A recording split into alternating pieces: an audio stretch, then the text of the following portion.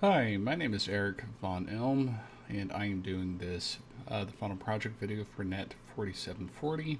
I'm going to cover the following three CIS security controls, first starting with hardware, then starting with software, and of course starting with malware defense because we all need that in our lives today.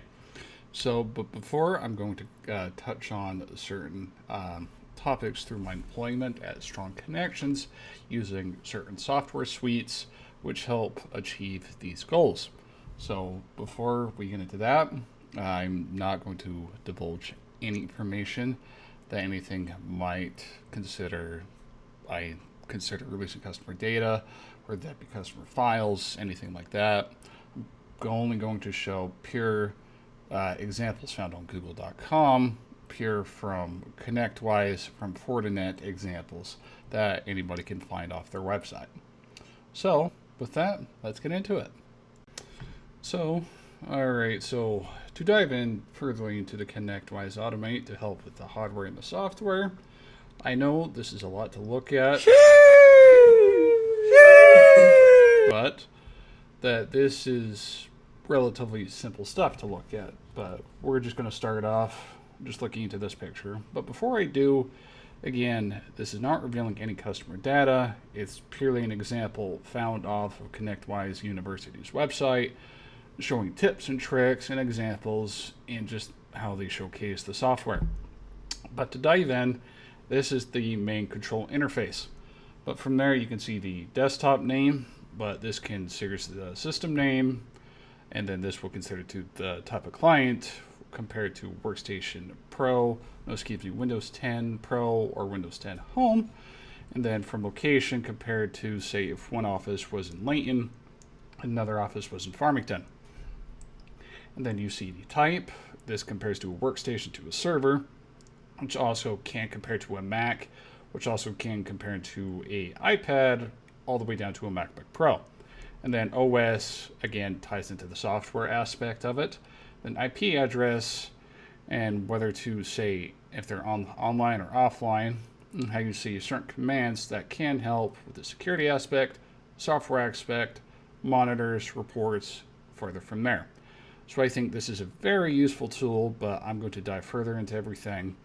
It's going to be really cool, and I'll explain further more into that here in the next clip. So yeah, let's get into that. Okay, like I mentioned, this is diving further into someone's machine, but again, none of this is real, just an example customer machine that's up on ConnectWise Automate site. But say this helps us dive into the hardware and the software aspect of it, and even further down the road I will get into the software and the antivirus that Bitdefender is actually deployed with ConnectWise Automate, and then I will show how that further ties in to that later down the road. But to start off, you can kind of see a lot of the monitors here, even though it is still quite a lot to look at. But it comes for just antivirus. Again, nothing's installed because Bitdefender Gravity Zone comes pre-bundled with it. Alerts, there's nothing too crazy going on that server right now. And obviously the network, this also shows what's connected to it. Again, this is great for a security person wise. What storage is on it, how many successful monitors on it, and everything just kind of running through it. Services, software, and then how it notices 16 unclassified applications are still not able to run through it and necessarily get verified. Because if you look over here in the hardware, which again I feel the software is perfect for the CIS control for the inventory and assets, because it lists hardware and software all at the same time. And how it lists down here in the video card, Microsoft Hyper-V Video. So this is a virtual machine. But then again, you can see multiple different sources coming from multiple different things. And then say if the network was breached, we were able to follow that through Bitdefender Gravity Zone, which again, I will explain further down the road, which will help isolate, quarantine it, and then salvage the network from there. But I will further get into this in Bitdefender Gravity Zone and through the Fortinet firewall, which enables to help more security-wise. So let's get into that. Okay, so this is the firewall through FortiGate that I generally work with on a daily basis as well. But this is where touching onto the software inventory and control aspect of this, and then also how, say for a FortiGate, for example, it's able to filter out certain network policies, web filters, DNS filters, anything you can name of. But just as a really good example here, as you see in this application control picture, that we have certain categories broken down into certain spots, and where the I kind of stands for it will monitor it for any suspicious activity, and using its built-in IDS and HIDS, it is able to flag it, then quarantine it, and then before, if it ends up getting to that said workstation where it's intended to go, the Bitdefender Gravity Zone will then kick in and then help defend against it. But to help kind of just break everything down, say for example, if you wanted to block Facebook, it's easy just to search it up and allow it to block through, because I feel this is a really good, excellent way, because it helps control certain software going in and out of the network, and compared it helps keep track of what software is actually on your network, so to speak. But to further get down the line, I'm going to jump further into more of our support monitoring on the network, and then to help more break down Bitdefender Gravity Zone, and to round it out, I will give a real world example about how everything ties into this. So let's get into that. Okay, so this is more diving into network monitoring security-wise to help keep inventory through hardware-wise and through software-wise. But here, this is the ConnectWise Automate Administration tool, which is more kind of a different extender or plugin. But here, I will zoom it in here just a little bit. As we see there, all host connection in the last 30 days.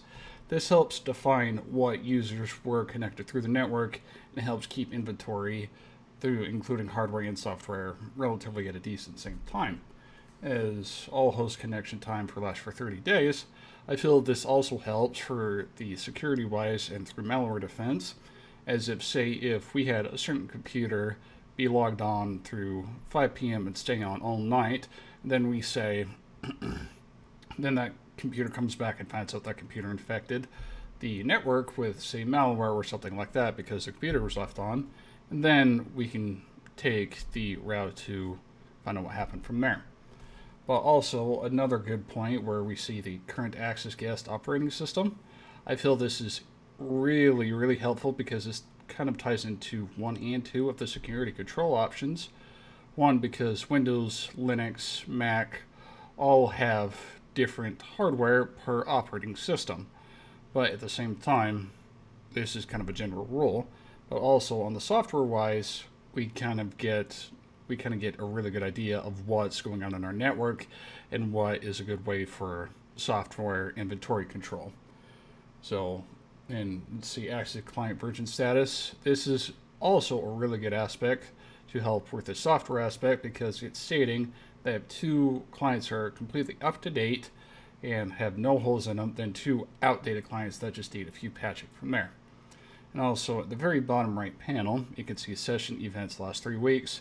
It's broken down into connected, disconnected, send a message, and obviously this can go further with more filters a company decides to add to it.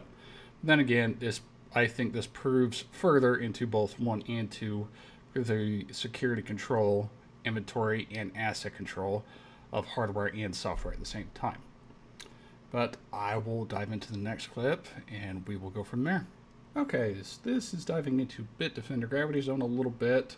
So this is kind of showing you just a quick example network of a user computer going up and collecting applications from a server. But this is a way to follow the path in Bitdefender Gravity Zone that marks certain suspicious nodes that the HIDS is flagging, and then it will take steps to effectively quarantine it, and then whether that be from scanning, removing it, or completely killing it altogether. I feel this is a good way on top of malware defense, ties into a bit of software inventory and ties into a bit of hardware inventory all at the same time. But this is the same software that we end up deploying a lot in our customer sites, and it's helped to keep us track of all the network possibilities that's going on, hardware and software wise, and it's able to tie back in and to the automated control center like I showed in previous 2 clips ago, and it's able to help us get a very accurate representation, and then kind of help maintain our customer security endpoints and the whole security site and their whole network site as a whole. But I will further get into a real world example and then tie everything up, and that should do it. So let's get into the very last clip. Okay, to round out the final part for the implementation side, what I like to have mentioned is also, I want to just bring your attention going back to the original prompt again, that how I mentioned it's able to control every network and hard endpoint on the network that is able to connect to a company's internal network, and able to keep track of everything and to whether retire it or quarantine it or go anything from there or see what it's necessarily connected to. I feel Automate helps achieve that CIS hardware inventory and asset control, because it's able to run scripts, commands, everything out of the wazoo, which is also able to list down certain reports, which also able to help keep inventory even that much better. Okay, so this finally concludes the video I'm working on for NET4740. Let's hope I get an A on it. I'm out!